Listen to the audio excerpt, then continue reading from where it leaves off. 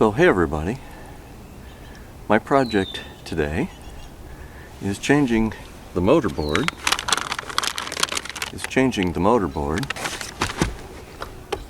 In my Xi5 Motorguide Trolling Motor. It's been acting up for a couple of seasons, and it's getting more frequent. So I'm going to give it a try.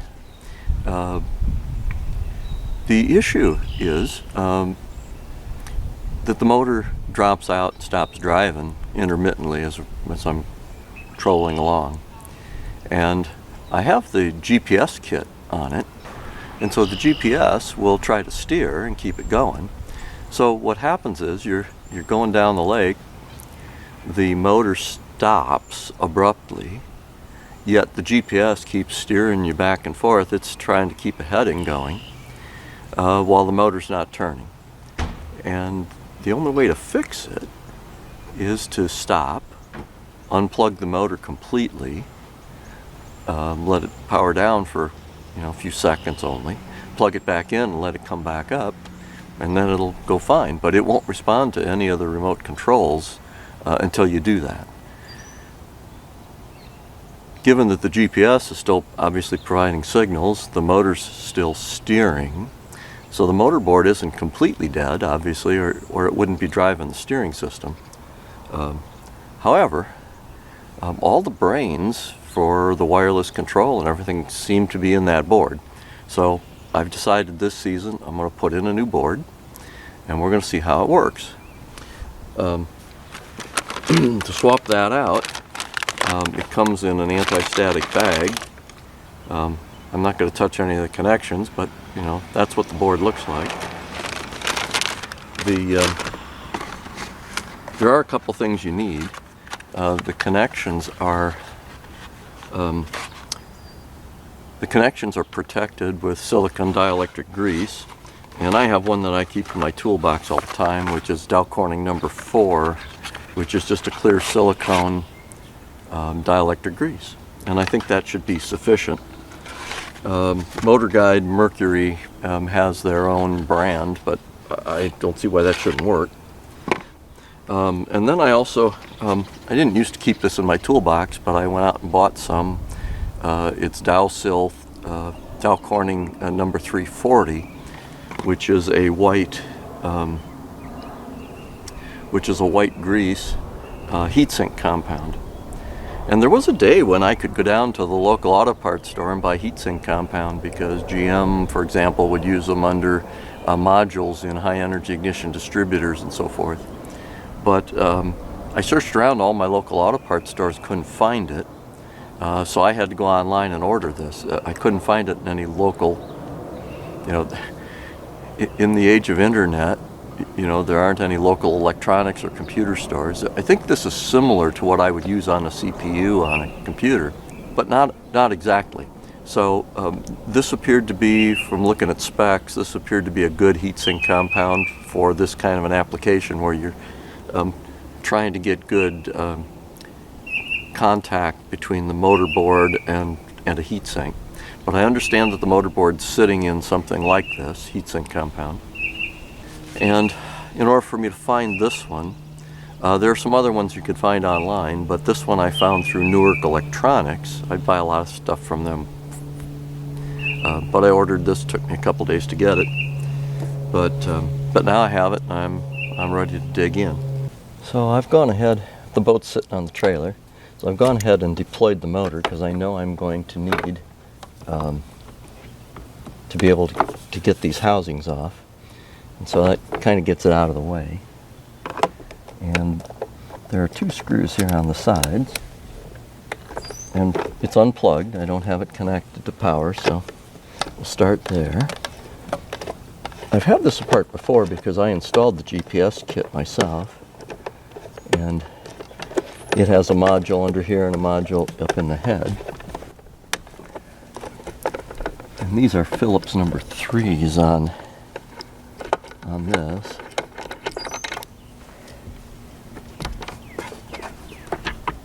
There we go. And it does have a tab that hooks under here, so you want to make sure they don't that doesn't get in any trouble. And then the other side here.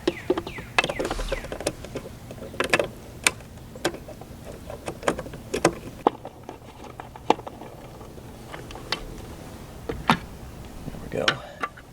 And this cover just lifts off. Hold that down. There's one here that's got the antenna connected. I'm just going to get that out of the way.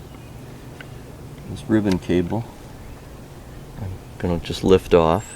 I'll pull this this connector, which is where the GPS module hooks in. Oh, it's got a little seal on it. Let's see. It's like a little O-ring. I think that belongs in the connector, so I can put that back. The GPS cable drops through and comes out the front here, so I'm going to pull that loose and lift the module out and set it aside. It's a little hard to get a grip on. Let's see if we can. There we go. Just give it a little lift. So that's what it looks like. The power cable comes in here. And we have power connections off the back side over here. Row of capacitors. That's just how that board looks. I need to get this housing, cable and housing out of here, so that I've got a little bit more room to work. In order to get this off, I'm going to need to take the power lead off, and the black wire, which is shorter, goes to the front, and the one with the red stripe goes to the back on the right.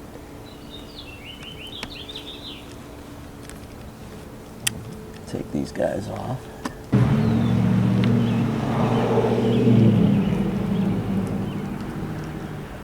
So we'll pull that one and that one. Just kind of feed these out the bottom.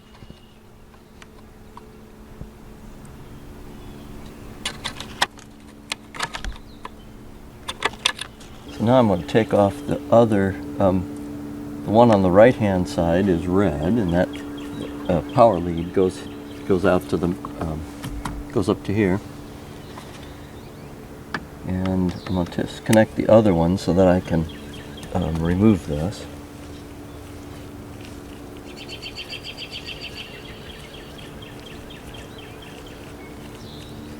I've gone ahead and put on some nitrile gloves.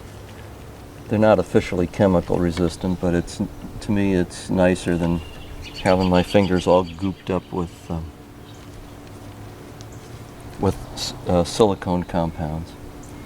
So if we do that, lift that up, and then we can get the housing out of the way. Now we're down to the motor board. So with that out of the way, GPS out of the way, now I'm going to have a couple of bullet connectors here.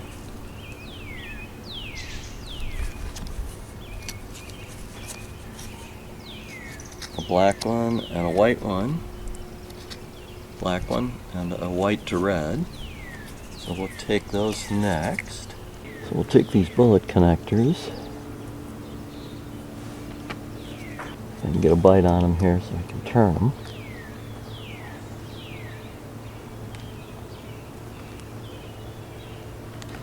There's one. I don't want to hurt them.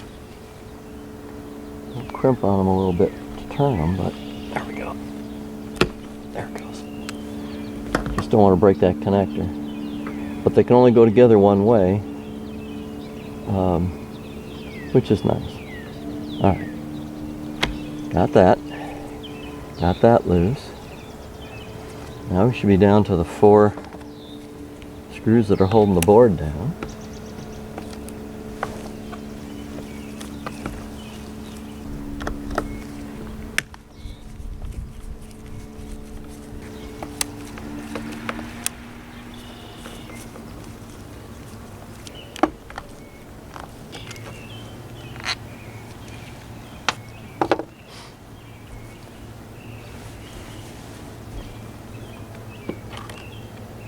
Go, and we lift it out. what the old board looks like. And you can see the heatsink compound on the bottom there. But this aluminum base, you know, it's transferring heat from the motor board into that aluminum base. That's the idea. So there's the new board. And I'm going to be a little bit careful with not to touch the connections if I don't need to. So there's the two. They're very similar. There was an old design, new design. The board I'm taking out is actually the new design, but it's the one I'm taking out was a revision B, and the new one going in is a revision D. So they've made some updates to it. In fact, there's even a label here that calls it a revision T. So there's some upgrades to it as we've gone. So I'm going to apply some compound to the back side of this. On one hand, you don't want too much. On the other hand, you want to make sure you have enough. And I'm just going to spread it a little bit here. And then it ought to, when bolting it down, it ought to spread out. I'm going to wipe off the old compound as much as I can. So let's take this one and set it back in here, line up the holes. And the kit comes with new screws that have a thread locker on them, a thread patch. Happens to be blue. And the old ones had the same thing on it, we're just getting fresh ones. And these are number 3 Phillips too, the big ones. You might be able to drive more than number 2. We'll get these screws started.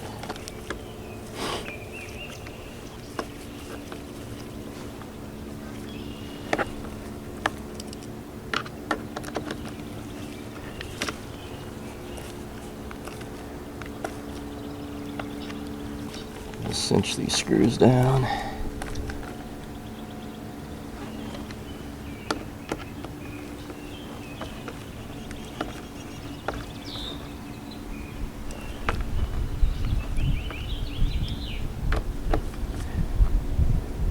That's good. Alright, and then bullet connectors. So black to black. Slide those together.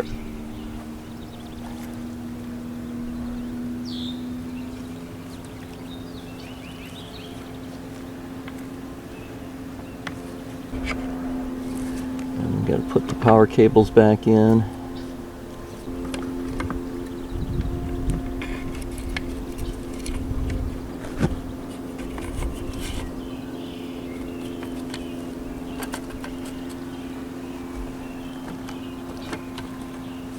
Wiggle back in. Alright. Scoot everything in where it belongs. There's a spot and a notch where those bullet connectors go through this housing. And now that's dropped in. And get the the wires, the red and white. Bullet connectors go there. The power cable needs to get fed in underneath here.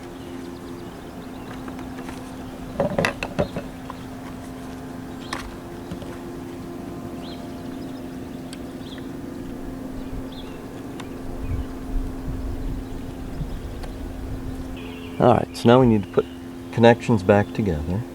So we got bullet connectors have already fed through, the white wire is on the left, the red wire is on the right. That's just how they came out. And the red will hook to the red power feed, and then the ground in the back here. So again, the kit gave us some fresh screws with sealant on them. So we'll start with I'm just going to start here in the front since that's handiest. That's the black one. Just want to make sure they go in the right spot or you end up with a mess. You want to make sure they're snug. You don't want to break them, but make sure they're good and snug so they transmit power. Got this one in the back. That one's the white wire.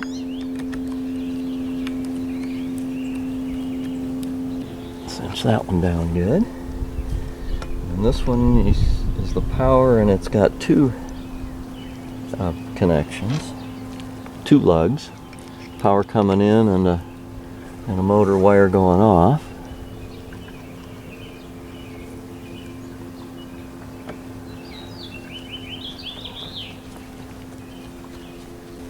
And then I can drop my GPS module back in its home, which is right there.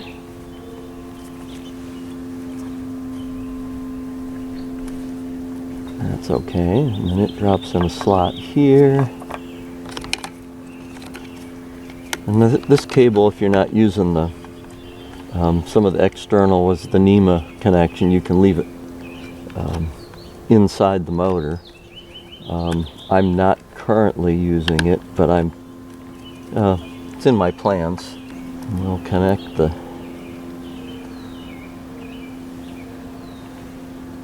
GPS connector back in.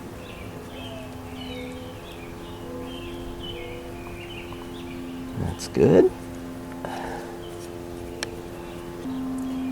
Now I'm going to get out my Dow Corning number 4. They make a number of different ones. This just happens to be the one that I use, and a couple things. So I'm going to get the cover ready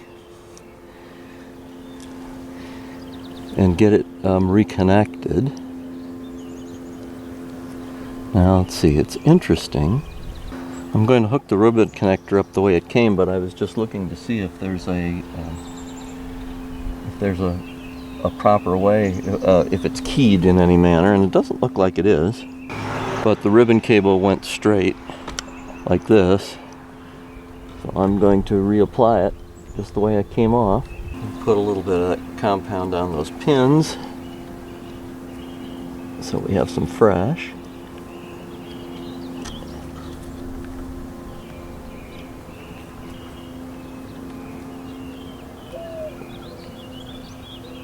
There it goes. And just make sure it's got a good coating and let it hang.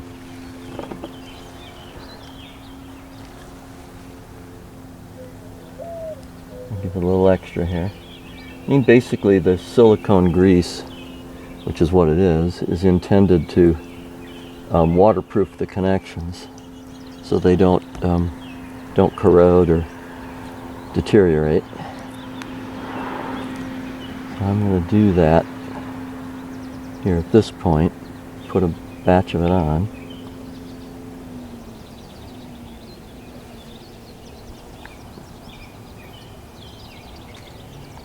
So just to kind of seal them up. A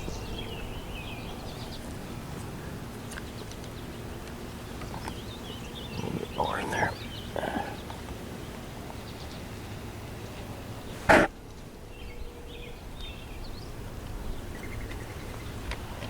One thing I think you want to be careful about is,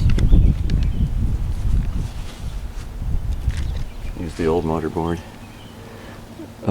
This is the speaker that makes tones to tell you what the motor's doing, so you don't want to fill that up with grease. You want to be kind of careful with it.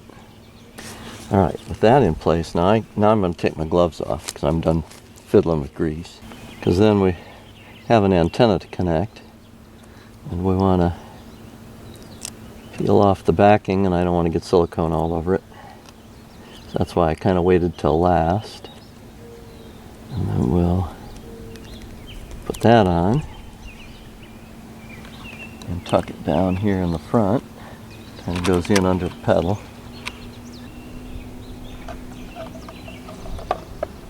Tuck this cover back on. That's, make sure all the wires are in the right place. So now I'm going to put the side plates back on. Tab should go in the front like that. And then it should line up, and we should have that. Tighten those two screws down.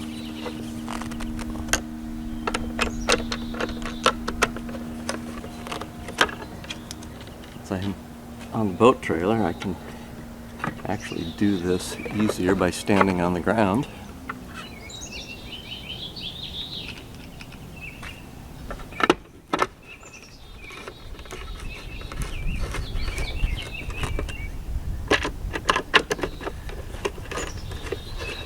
But I have the motor deployed and the propeller is clear of any obstructions. So I'm going to fire it up here in a moment. Alright, with everything connected, all the wires in the right place, I'm going to plug in the power. And one of the things when you change the motor board is that the remote control will need to be resynced to the board because the board doesn't know it. So it says within 10 seconds after plugging it in, let me get her plugged in. So she beeped, she's powered up.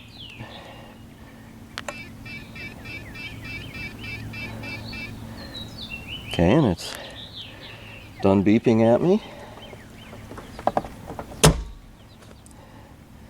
I guess let's see if it runs. You can't see it, but down below the propeller is spinning. Continuing to spin. That last beep is that the GPS locked on. Just going to run it through the speed range.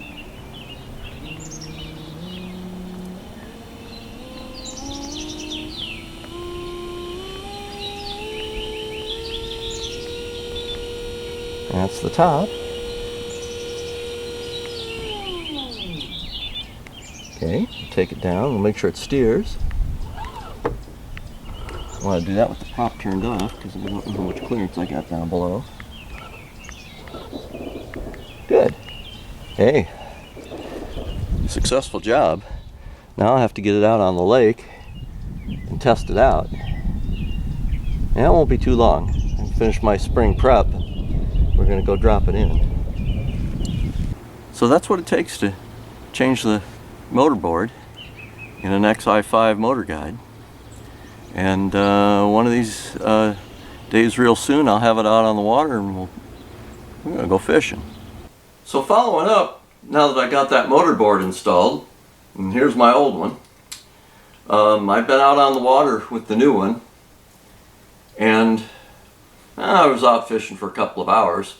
Had the trolling motor going probably for close to an hour and a half. A good solid hour plus of steady speed trolling at a pretty good power.